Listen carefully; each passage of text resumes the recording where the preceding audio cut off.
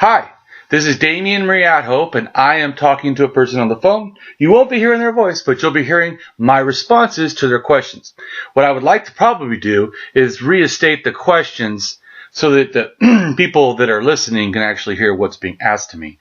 But I just wanted to let the people that are listening to know what the situation is with me and who I'm communicating and why you don't hear the actual questions being given. So go ahead and ask any question, and I'll restate the question and I'll answer it. I've taught myself pretty much the standard model of particle physics, and I've always been into science. Mm-hmm. Once I've grasped, it took years, and as of last year, in July, I grasped the quarks, which make up the protons and the neutrons. That's irrelevant. After discovering this information and understanding it clearly, and combining it with what I read by Sam Harris about dropping out the center. But instead of telling me like the definition leading up to just answer me the question. In other words, I need to put this down into something productive. I troll people. I try and convert people to seeing that this is just a fraud. I'm calling the 700 Club in the morning to try and change their minds. I need to be able to find a way to put this productively that can help people. Well, and that's totally what I do. That is my whole. So I was asked the question, how can we make, in a sense, what I believe the question is, how can we make atheism, the personal that we're using is going to be beneficial, or is going to be productive, or is going to do something. So the first thing I always think about when someone asks me a production question, because we're asking about, it sounds like you're asking what atheism can produce. So you're not addressing, in a sense, belief. The question is not about belief. It's really about how we can be effective in our communication with others, I believe. Because really, I mean, we should be about truth, not belief. Even about what other people believe. It's really not about their beliefs. For me, at least, it's about that it's not true. And there's other thing too, though.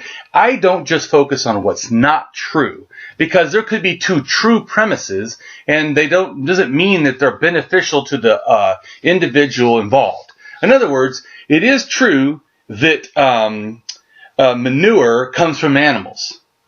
And it is also true that it's not good to eat manure, although manure is good to build food that you do eat. So in a sense, those are all different statements, different truth amounts, and they have a difference in how they're expressed to us because they're different values in a sense. I mean, knowing not to eat a dog turd is not the same as understanding how to plant crops. They're both facts, but certainly, I mean, the not eating the thing that's disgusting, or learning how to cultivate and produce food and save millions of lives from starvation, from, food shortages or something, those are not the same thing. See, it's a value thing. Right.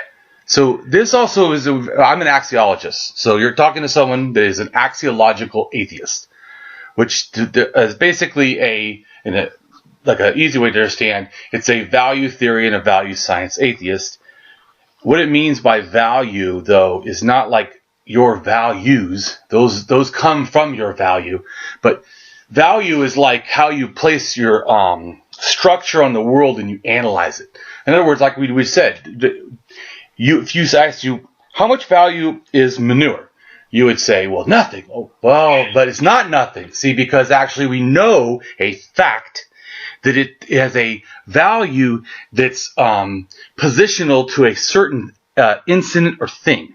So it's in other words, manure in a sense doesn't have value like universally. It only has a very minute thing that it's good for growing crops or helping whatever. So, or mulch or something.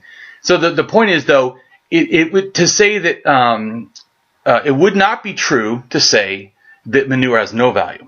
It also would not be true to say that manure has an equal value to food. Although, like I said, it is a true fact that manure is used to do food. So it is really important for me about axiology.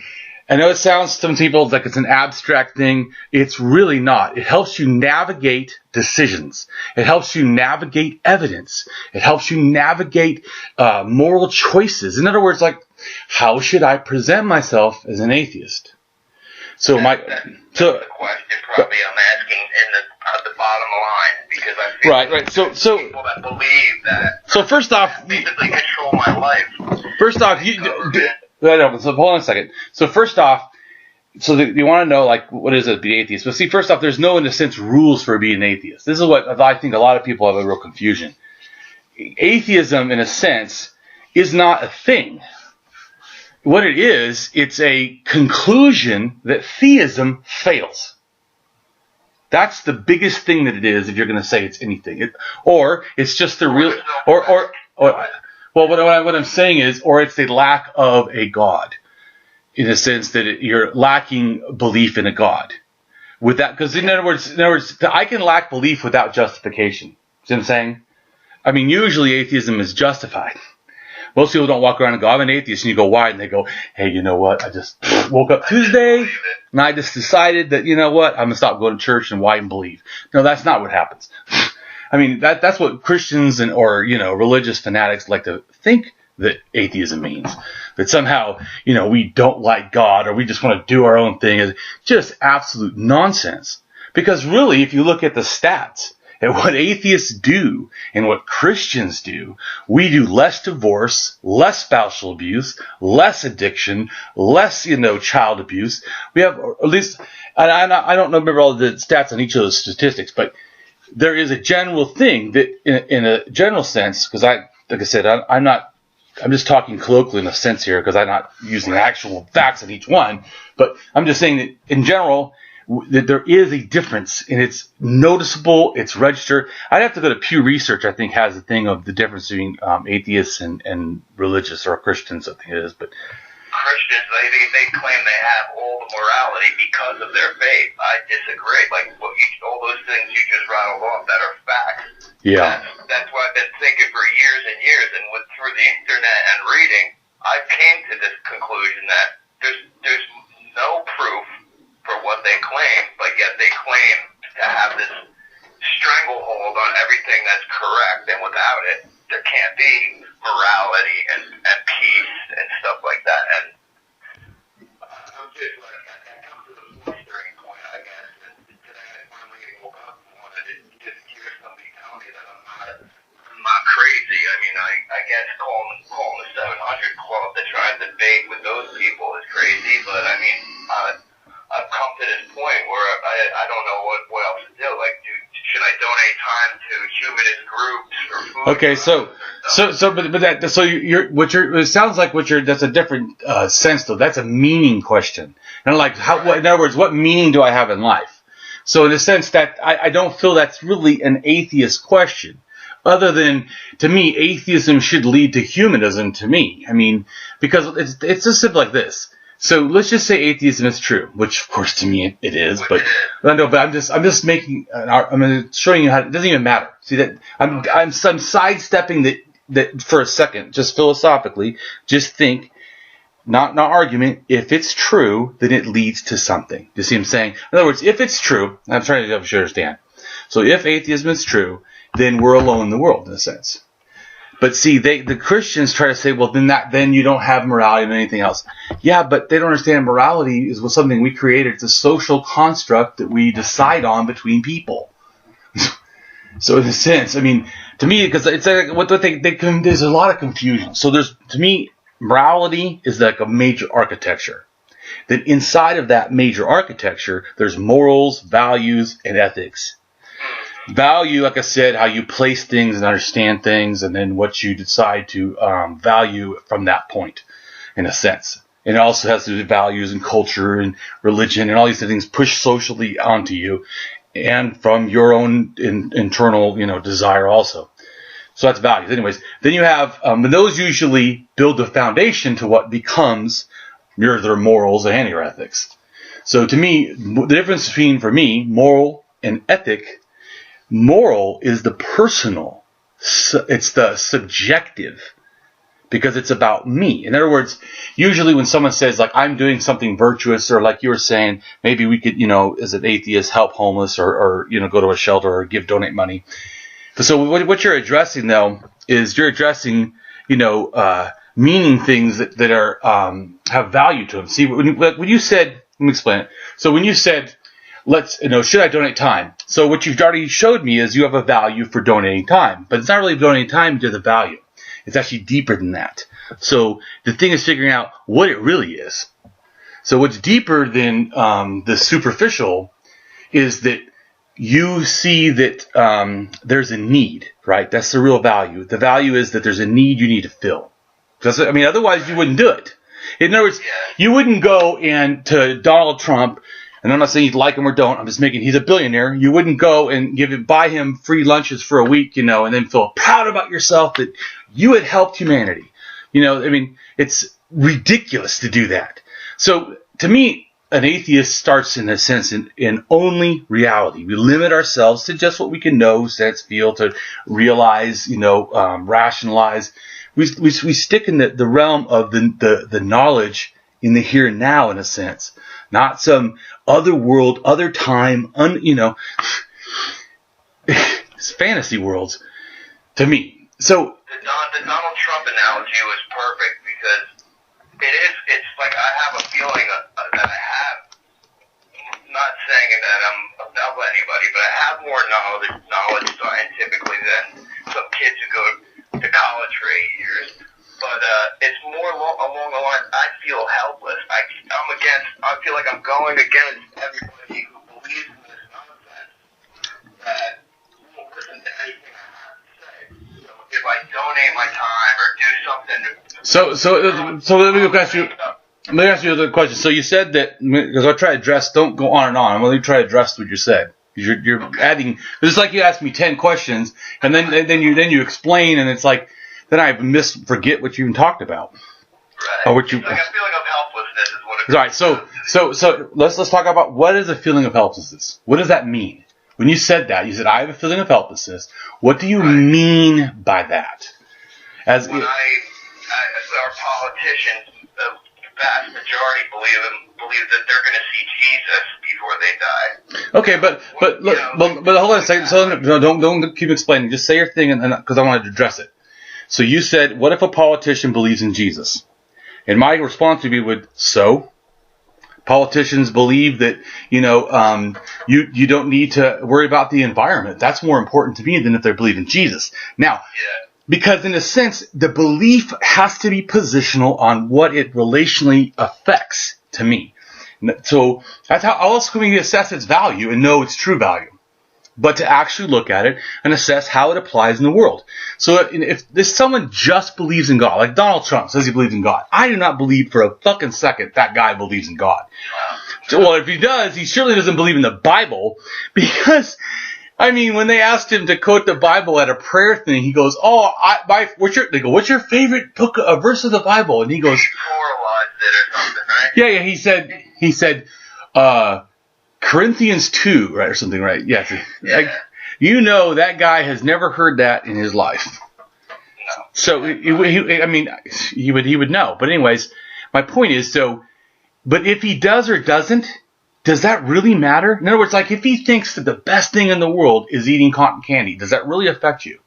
No. But now listen, if he says that cotton candy is mandatory for my children, even if I know it's a health risk, and he says, I want to put that in their school lunches instead of meat, cotton candy. Right. I have an obligation to get involved. And I do agree that I feel religion is doing that. They are trying to bootstep their way right into politics, right into our lives. I would be totally fine. If someone wants to be religious to me and keep it to yourself, I could give a shit. You can worship freaking rocks for all I care. Just don't throw that rock at me. But see, religion doesn't seem to be able to worship the rock without throwing it at people. They just keep doing it over and over again. Like your cotton candy analogy would be something similar to the school vouchers. Instead of pumping money back to our public schools and getting them back on par. Right, but once again, but understand that they don't want schools to succeed. Oh, come on! I don't want to go on and on about my politics. I'm a socialist, anarchist, mutualist. My politics are pretty revolutionary. I believe in humanity first, ethics first. I could care less about money, how much things cost. A cost is relational to value to what? Like when you say, oh, well, that car's expensive. Expensive what? To a human life?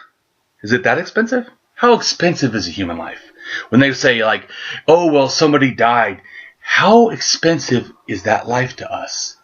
To me, this is real important because it should be a freaking high value. Yes, it should.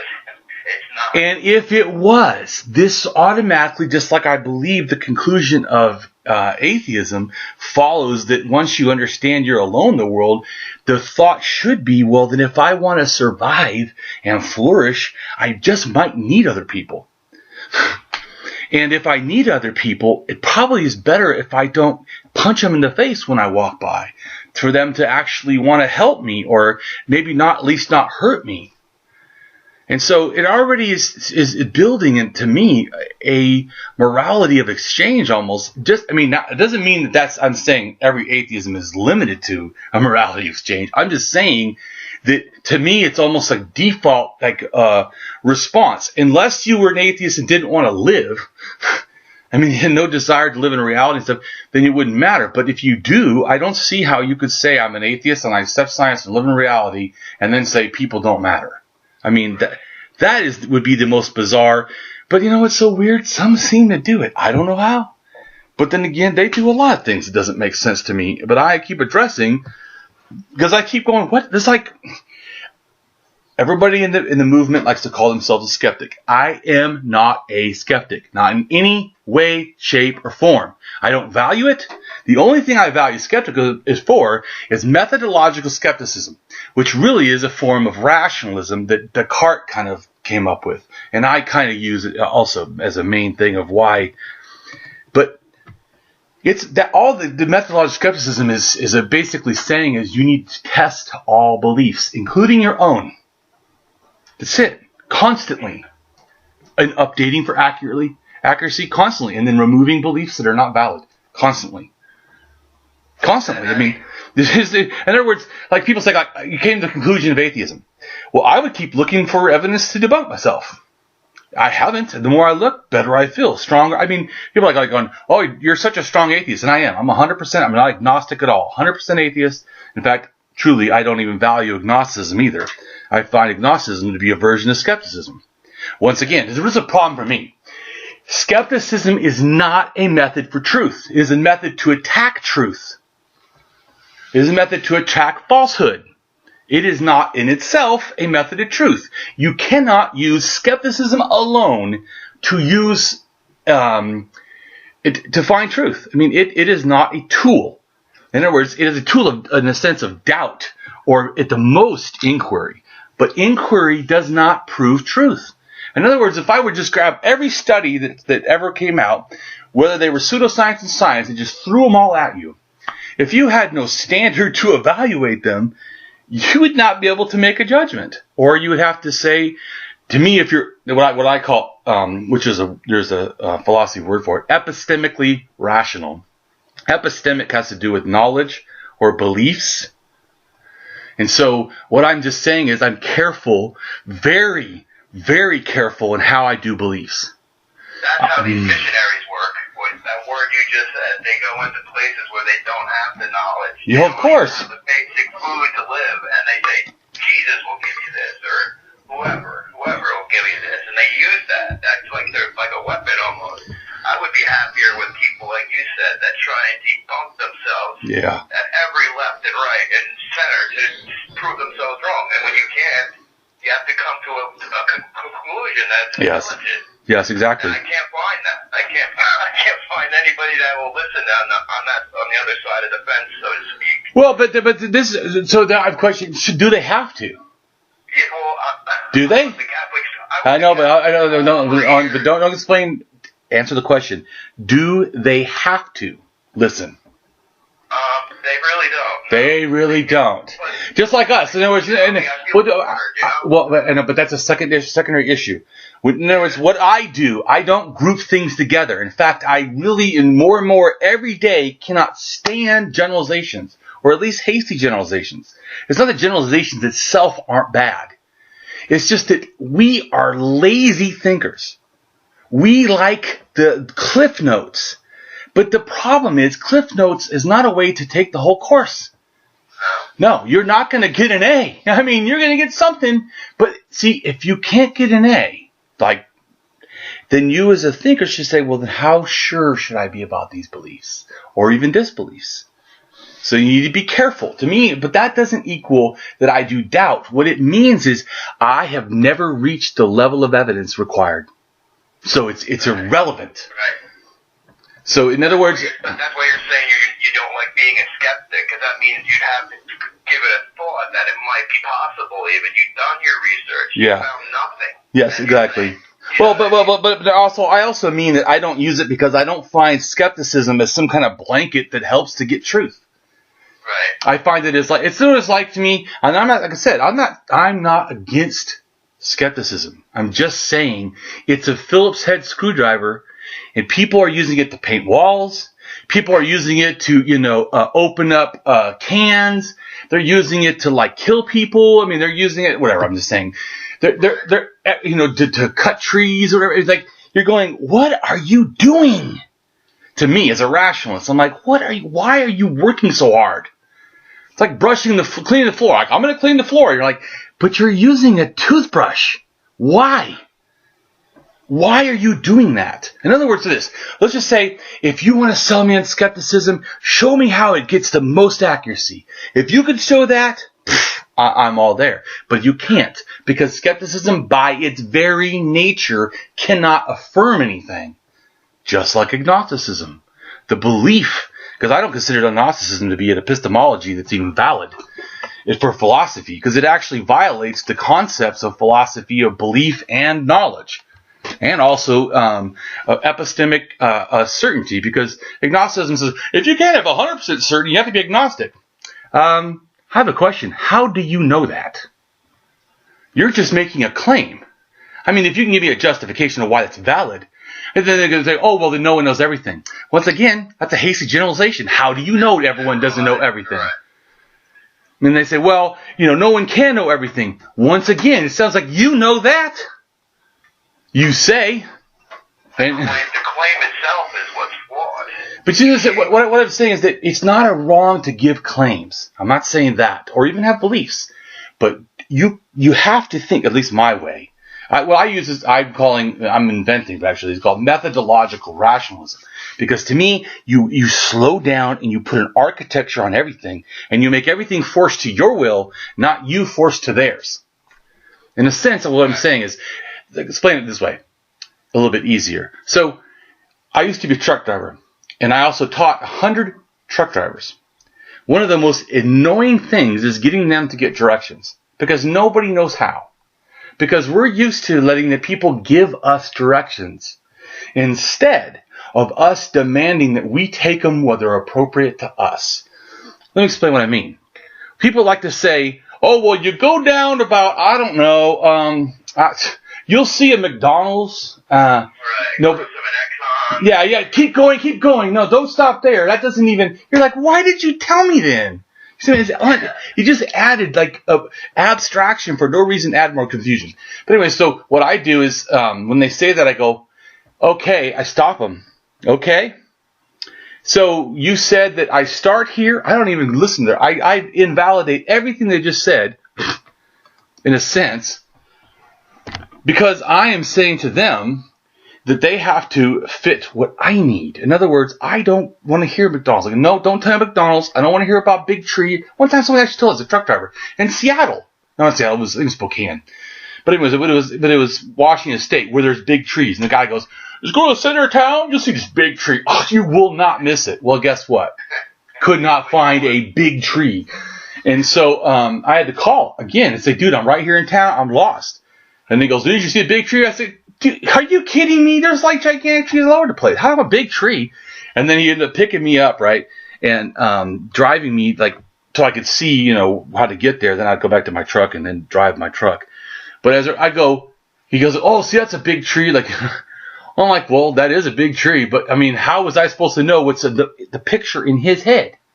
Plus, it reminds me, someone said before, drive over the little creek, and then you get to the river. Once you get past the river, then you turn to my, you know, place of delivery.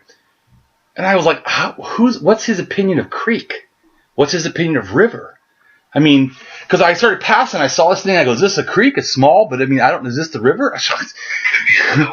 Yeah, I'm like, it could be like a drain ditch. I mean, I don't, you know. But so that's why I don't let people just tell me random things.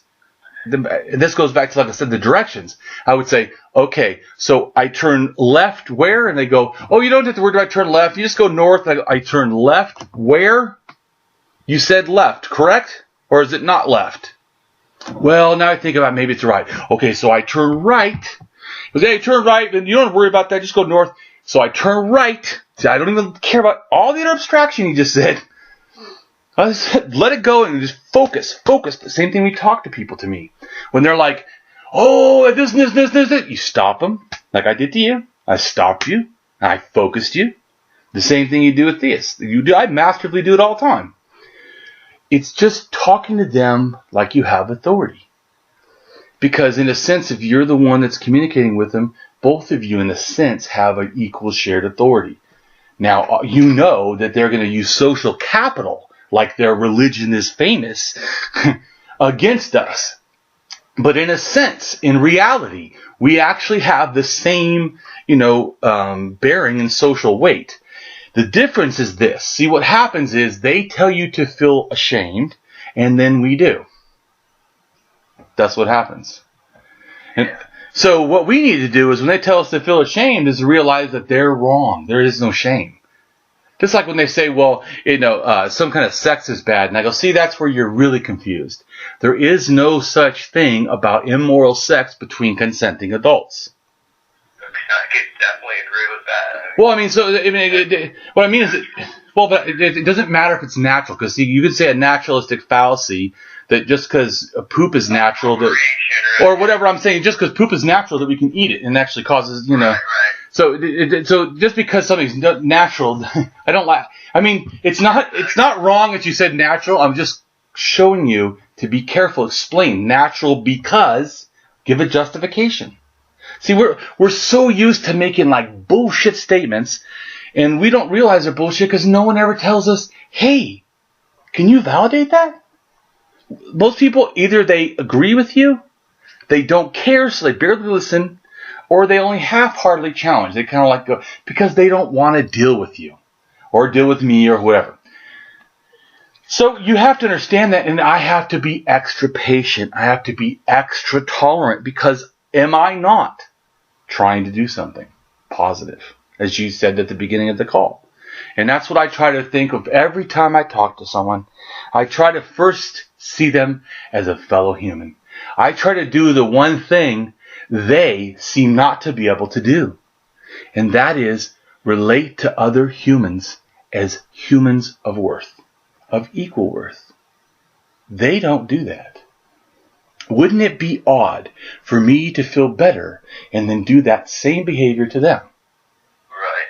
Yeah. So when I'm talking to people that believe in whatever religion, that doesn't matter. Well, no. See, I think no, you're missing the point. It doesn't matter the religion. That's meaningless. That's a distraction. I'm saying all beliefs. Don't say religion, because then you'll cut yourself out because you're an atheist. No, all beliefs. Every belief in the world should be justified. That doesn't mean you always have to, but it sure means that there's a good reason to feel motivated to justify them. Because if you see the thing is, if we never justify, then we just keep pushing more bullshit and bullshit. And see, the problem is sometimes there's half bullshit and half truth. Just like I wrote recently, because someone asked me about gender. Because there's a lot of identity politics going on, and I feel there's mudslinging on both sides in a sense. Oh, yeah. It's like, well, because and I am trying to be the rationalist and look at what's the real evidence. I know some of the evidence. So this is the thing. I feel like both sides are trying to grab for an extreme that's probably not valid. In other words, one side wants to say there's no such thing as gender. And I'm not saying this totally on the side. I'm just talking about people that are extremes. Because I'm certainly on the left and I'm not like that. But I'm saying that there's people on the left that want to say there is no such thing as gender at all. But that's not totally... Because this is the problem.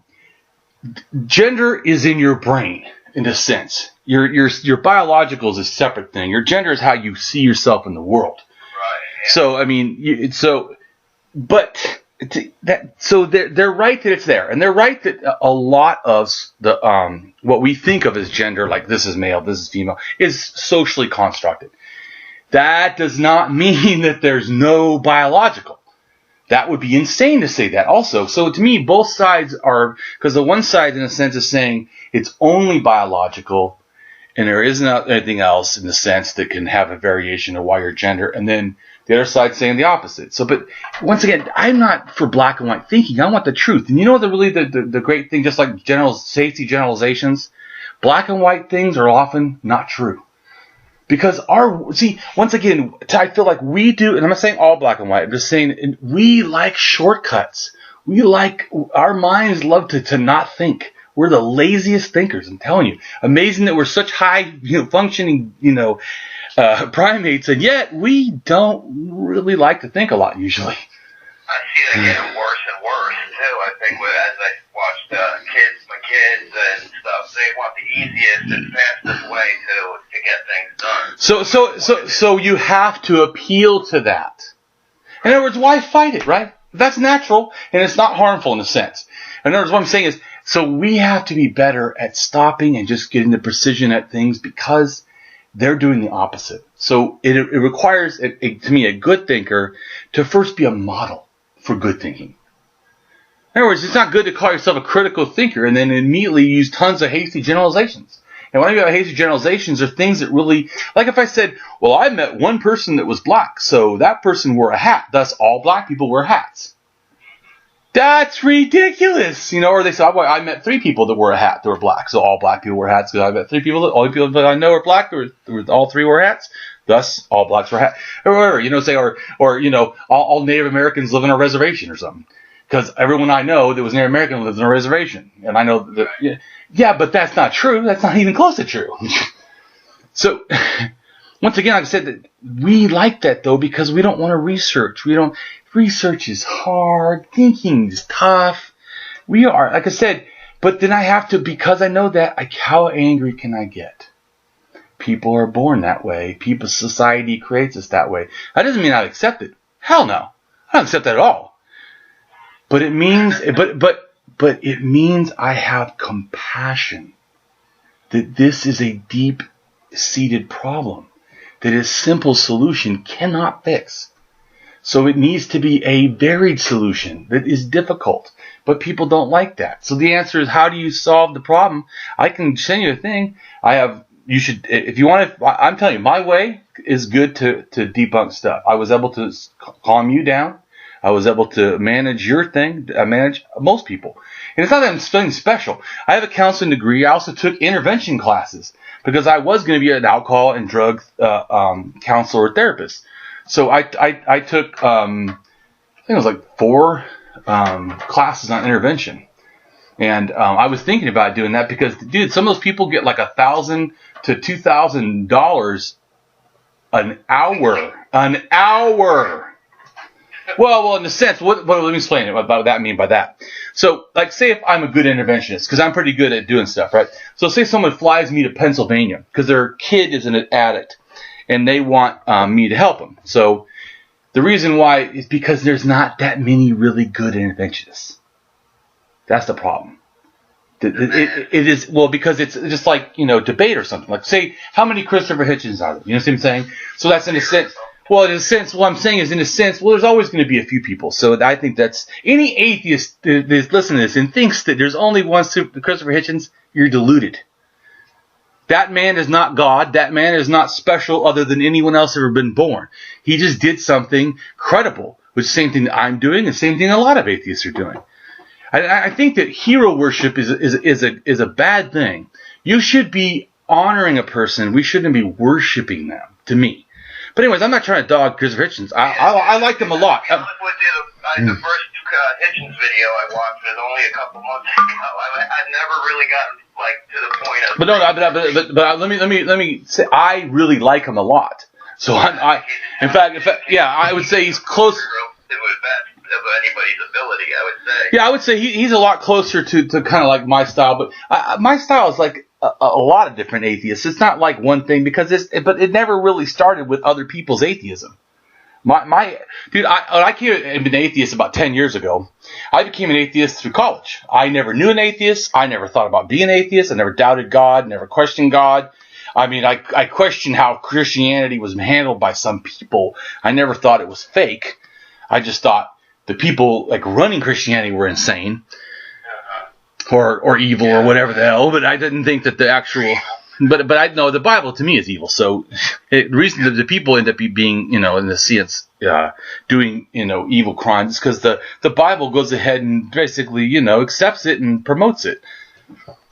So slavery, so on and so forth. Well, but the Bible. Kill your child because somebody you heard voices, basically. Yeah. Those type of stories. It's unbelievable to me that people take that with no evidence for it or whatsoever that is true and take it as a word of some supernatural being. Well, but once again, the people don't really see it as true. See, they say that. See, it's all a lie. You understand? You got to stop looking at religion for the way that they want to present it. It's like if you asked a person who's a pimp, what kind of person are you? They'd be like, oh, I'm a good person. I protect the women. He probably beats the shit out of them. You know what I'm saying? But how his personal, expression of what he thinks of himself. So I don't really buy. What I try to do, though, I'm not saying it's not skeptical. I just don't have an opinion. I don't know if I should, So if you make a moral claim, if you said right now, I am the best person, in my neighborhood. How do I know that? I mean, I wouldn't have enough information to doubt it or know it. I would table that idea and go, All I would say is that the statement already, it's dangerous to me because it's a generalization that sounds like a probably hasty generalization. So it's not skepticism, it's just realization that what you provided me was something that usually is invalid. So because of that, I'm already curious to investigate that first. Because if it's invalid, I don't have to even deal with the rest of you. Right. So it's like a generalization plus a self-promotion. That's right, yes. But let me tell you, people don't realize the power of going after religious people and that believe in God and just saying, what do you mean by God? Dude, you will watch them crumble half the time. They can't even answer that. I'm telling you. You have to watch my videos to understand. I have a video where I do that to a street preacher. It was so funny too because, I went and did a rally and I did a speaking event and then I was being pushed in a wheelchair back to my car. And then as we're being pushed, I looked up ahead and I go, oh my gosh, is that the street preachers out there standing right in my way? Did I have to? Was the atheist gathering that you went to? Not too long ago, I believe it was in Washington. No. Well, yes, I talked to theists there too, but no, I'm referring to one that happened when I did bring back the motto, original motto for money, take God off the money, but where basically I did a speech about why we should take God off the money and why it's harmful to us and our morality and humanity to have it on there, because what God stands for to me is anti-humanism. Every time I hear God, all I hear is anti-humanism. And I love telling people that because it makes them want to question me. They say, well, what do you think of God? Or do we believe in God? And say, well, I believe that the concept of God is anti-humanism. Oh, that gets the conversation going real fast. Yeah. The main thing that I got out of our conversation, which I never thought about, well, I thought about it, but never been able to control it, is to not devalue anyone. Treat everyone with value. But you can't lose your temper or just start spouting off, because that devalues your intelligence, the information. There you go. See, you have it passing around, when you pass it around loud and, with dropping F-bombs and, whatever, however you degrade it, it does no justice for it whatsoever. And that to me it's pretty difficult, but that's going to have to be something that I work on. Well, so it's the only way to come across the proper way. So how often do you hit children? I'm just wondering. Just how often? Never. I've never hit a kid. Why not? Hold on. Why not? No, but it's a rhetorical question in a sense. You shouldn't be hitting kids. I'm not. Right. My question though is to get you to think. See, you don't hit kids. I don't either. Do I have to try to do that? In other words, when you woke up this morning, did you have to go, I'm gonna need an extra second in the bathroom to just center myself? Because if I come out too quick, I'm gonna be punching the kid right in the face. You know what I'm saying? No, that doesn't have to happen. No. So it doesn't have to happen. So you don't have to daily think about it to be a better person, right? You just do it. Right. I mean, you didn't have to work toward it and see, practice. It's a lie. It's a lie that we are willing to tell ourselves so that we actually can justify our lack of morality, our lack of ethics, our lack of kindness. Say, I'm not kind, but the reason why that person called me a name. Well, you know what? I can go ahead and give you a blog, and you can read it, where I have a person starting off telling me to go fuck myself, and I'm a fat piece of shit. And it's so funny. At the end of the conversation, one conversation, not 10, one conversation, I was able to make him at the end, he apologized to me.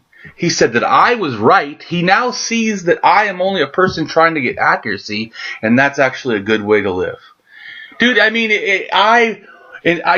you can hear, is probably not so much a theist anymore. I think that it really rocked his world, and they didn't think about it. But you know why? Because I was kind.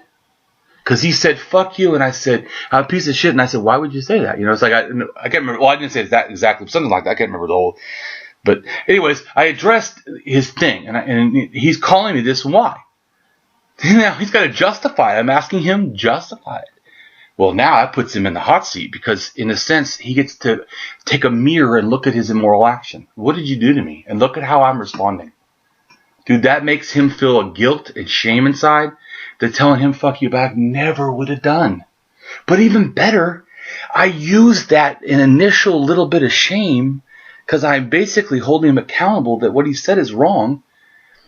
But when I did it, I was able to do it effectively to change him. And that's what we're trying to do, right? Just like it reminds me of this guy, and he told me, he was a Muslim, and he told me, what did he tell me? I can't remember. Something like, I deserve die, or I can't remember now. And I said, did you mean Allah loves me? He never came back. Yeah, you know why? He felt convicted. I showed him morally, he is not the bigger person. I am. And I didn't. He might have had shame in there too, even. Well, but remember, shame is the result of something. There was emotions don't happen like like out of the blue. Almost like it's not. They're not like some kind of space quirk or something that just comes into existence, leads. No, they are connected directly to things. I know what he felt because I made him feel it. Because I understand how to use emotions effectively in a way of talking so that I can get the best result. See, so here's the thing.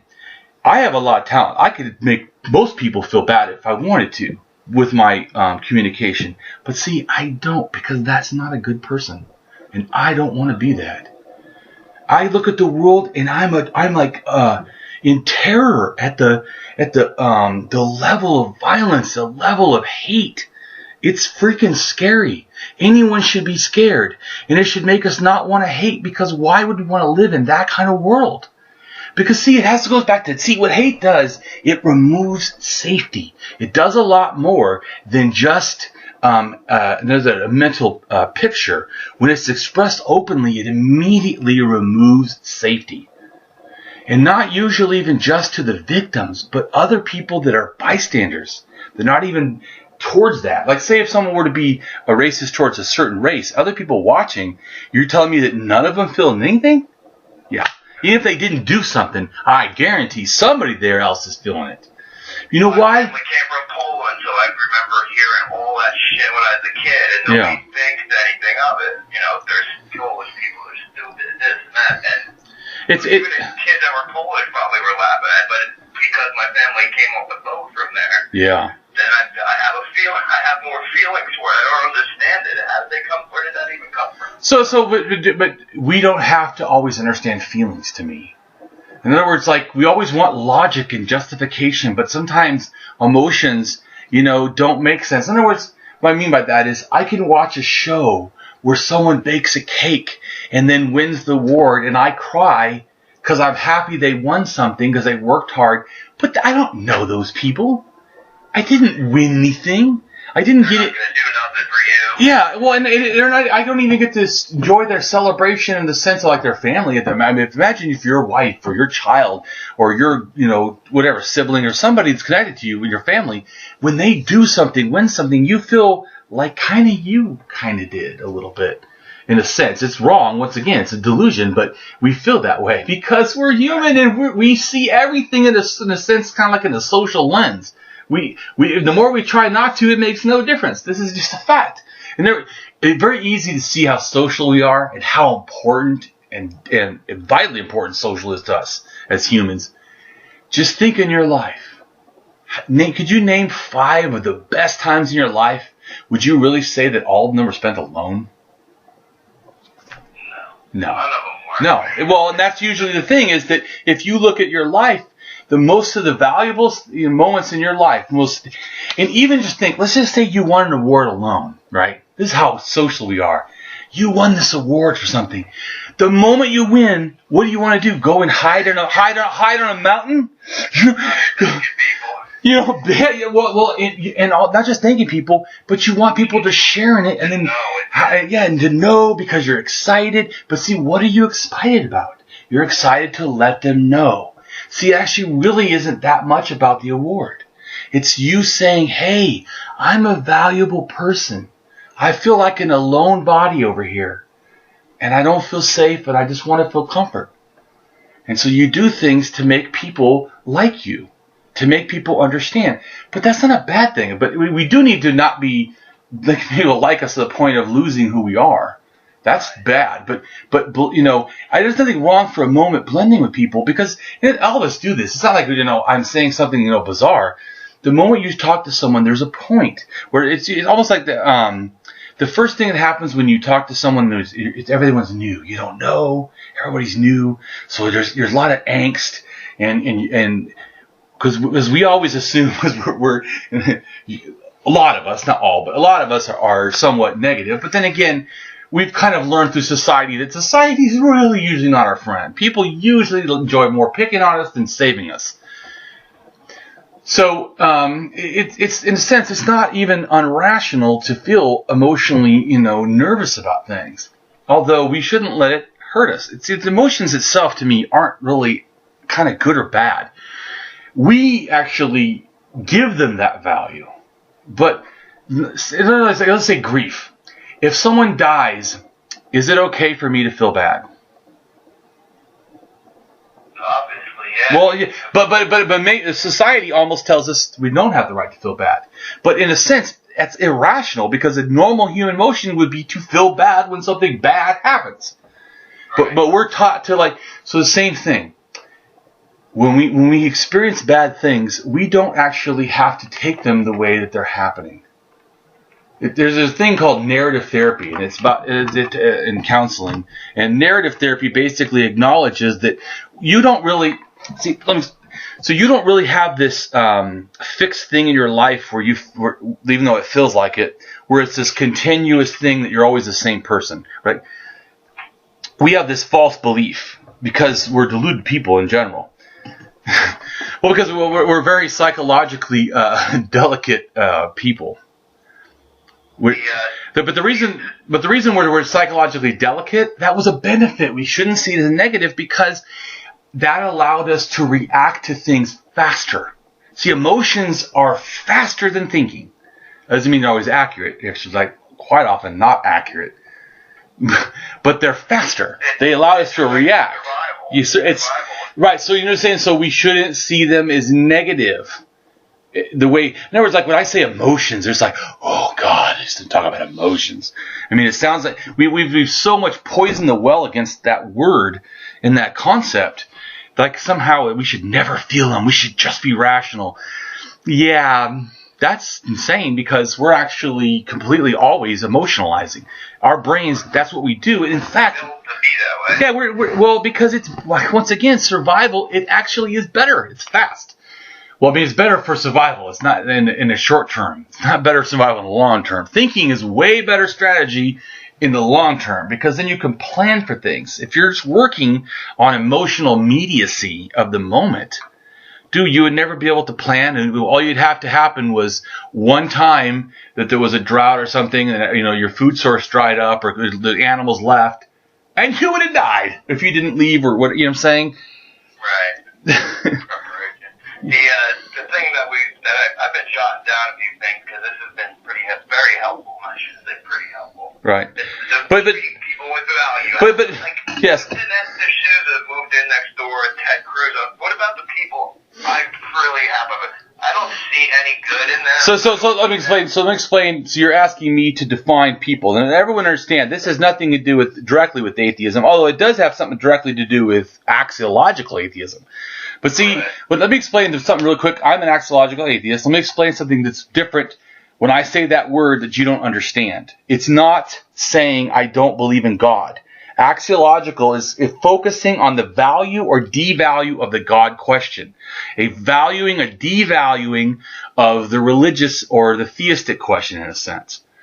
So it's not, I mean, it doesn't mean that it doesn't not believe. It is a non-belief. But it's not focusing on that for the attack in a sense or the reason for having that form or style of atheism. It's realizing that the biggest problem, to me at least, in our world is the devaluing of humans or even animals and the valuing of abstractions that have nothing to do with life like religion and made-up terms like God.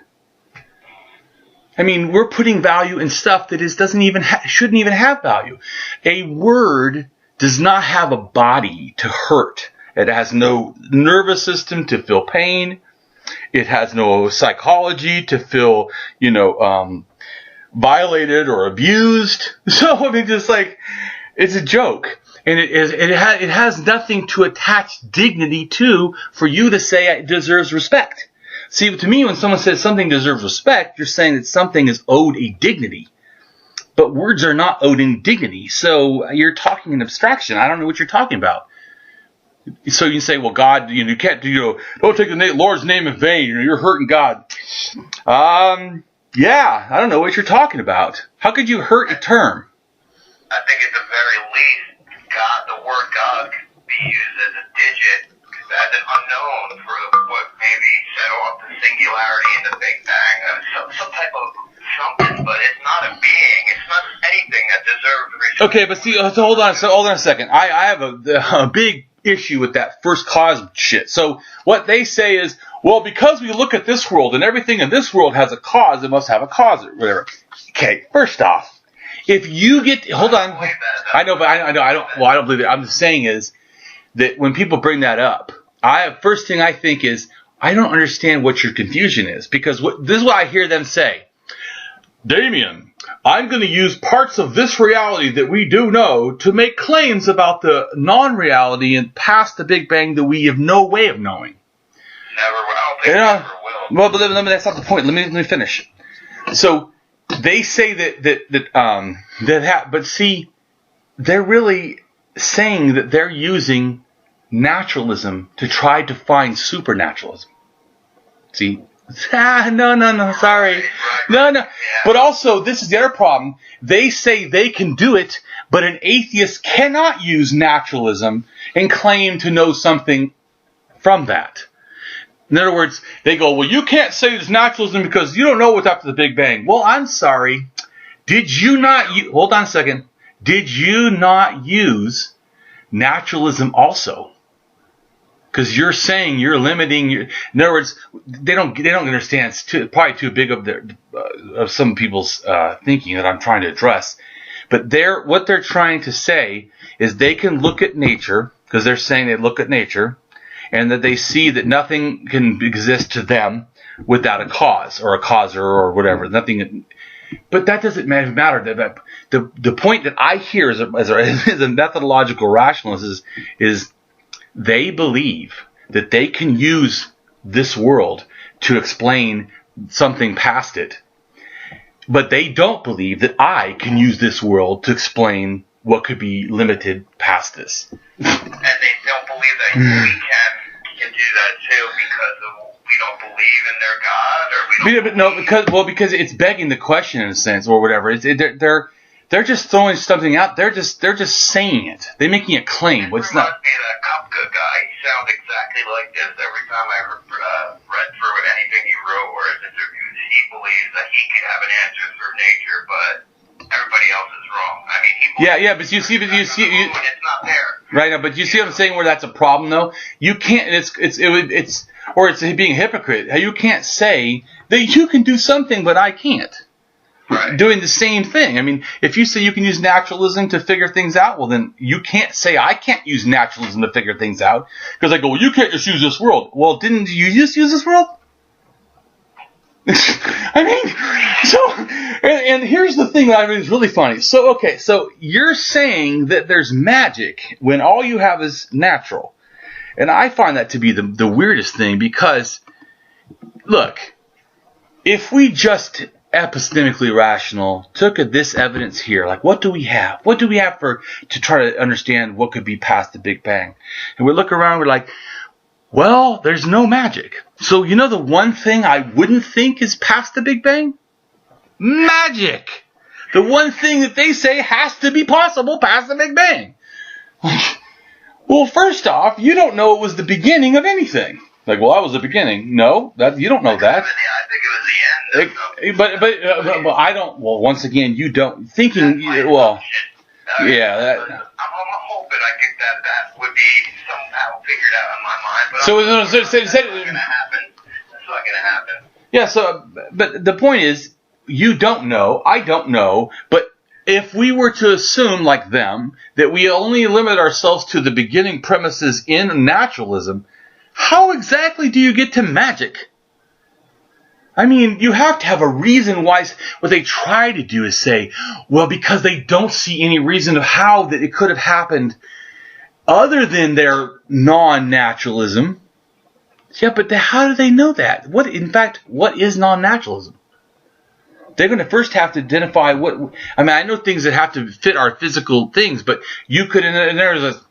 Let's just say. Some we don't know yet, maybe. Yeah, but that's what I'm. Yes. Well, that's what I'm saying is I do. You can't. So I'm saying you can't make that claim. I can make the claim to say that you can't make the claim because that's more valid. Because I'm saying that we don't know. There's not a new physics past the Big Bang that would help us understand everything. Yeah, true. And that would make more sense than going to, well, then it must be magic. That's what I'm saying. But it's totally ridiculous because they act like they get to use the natural world, but somehow we don't. It's like, dude, that's not even logical. That's being a total hypocrite.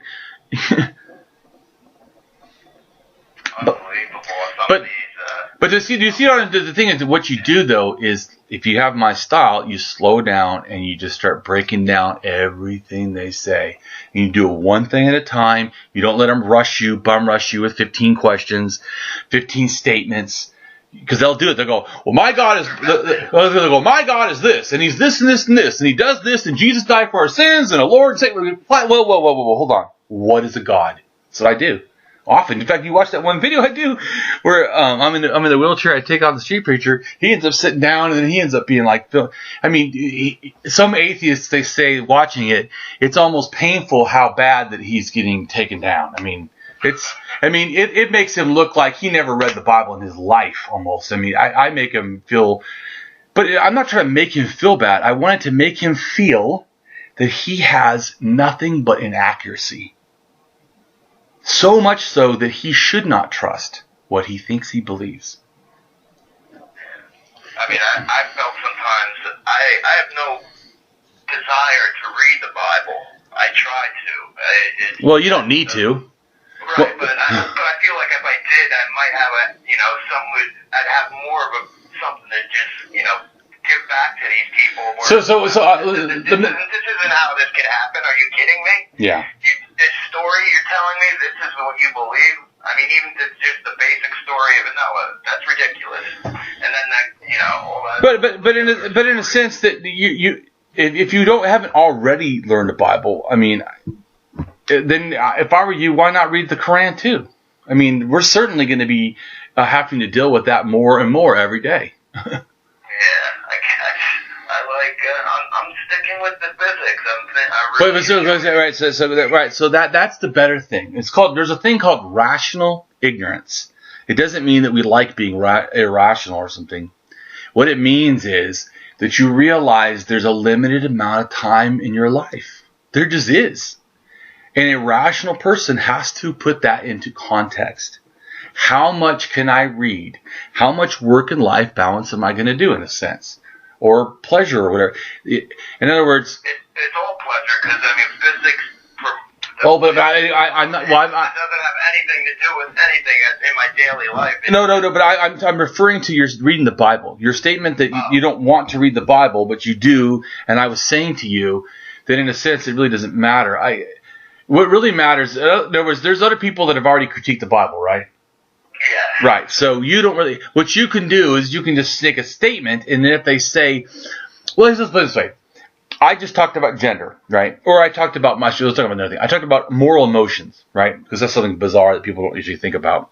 In other words, when I want someone to feel shame for thinking about having sex with a child, and so that I want them to feel shame.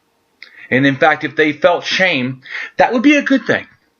That's not a bad negative use of shame. If you told me, you're thinking about playing with kids, sexually, and I said, yeah, that's a terrible idea. You should not do that. It hurts kids, and it not just for right now, but for the long time, maybe their entire life. And so, yeah, don't do that. And so, if you felt shame, and I was trying, of course, to make you feel shame. If you felt it, though, you might not do it. And if you don't do it, then that shame has become a productive thing. Now, I'm not saying that shame is always productive. It absolutely is not. And it's negative reinforcement, that's what that is usually extremely limited. It's effective and very, very short term. So, like, say if I wanted to, really get people to change, doing really negative stuff, it's not that effective. It's not that bad for sometimes shocking somebody, but that can't be your whole thing, because it will not do lasting change. It doesn't. Kindness is so much more powerful. It's not even funny. And if we want to be effective, especially to me, atheists which like me, a firebrand that feels like we need to change the world, then we need to be effective. And I'm telling you, you can't be effective when you're like yelling at people, and I do yell, so I'm trying to work on that. But I was supposed to ask you that. Do you ever find yourself where you have? Well, yeah. I'm human. I'm human, and I suffer this thing called emotions that I can't get out of.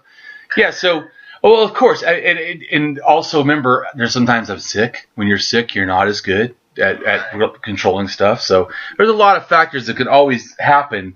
But anyways, I got to get ready for my next interview. So.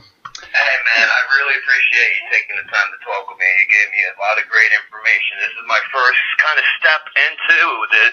I was atheist and just didn't know it for probably over a decade now. But This is kind of my first step to study, not really study, but look into all this stuff. And it's like we've been saying, the only way to do it is to treat people on the level with value and push your intelligence to them the best you can that way. I'm not saying they're going to believe it, but... Right, so this goes back to my thing of just remember why I'm doing it. I'll explain, so you can choose to do it that way or not, or for that reason. I push atheism not because I want to somehow convert the world to atheism. I don't even care if people call themselves atheists. What I really care is human kindness. What I know is the proposition of God is anti-humanist in nature.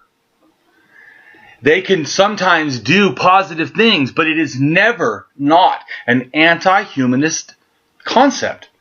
Just that's like saying, well, if Hitler was good to animals, would that make you realize he's a good person?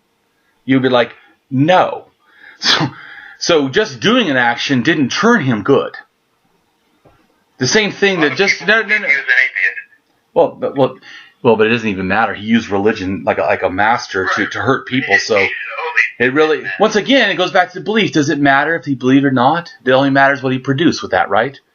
He used religion like a battering ram to hurt people, brutalize. I mean, it's just awful. So to me, once again, it doesn't even matter that you could come up with a true statement and said he did a few good things. He never hurt women. But that doesn't mean he wasn't like torturing and killing people. See, so once again, one truth doesn't actually make a universal fact. No. So, but how about this? How many children do I have to touch before you call me? To be called bad. Right. Yeah.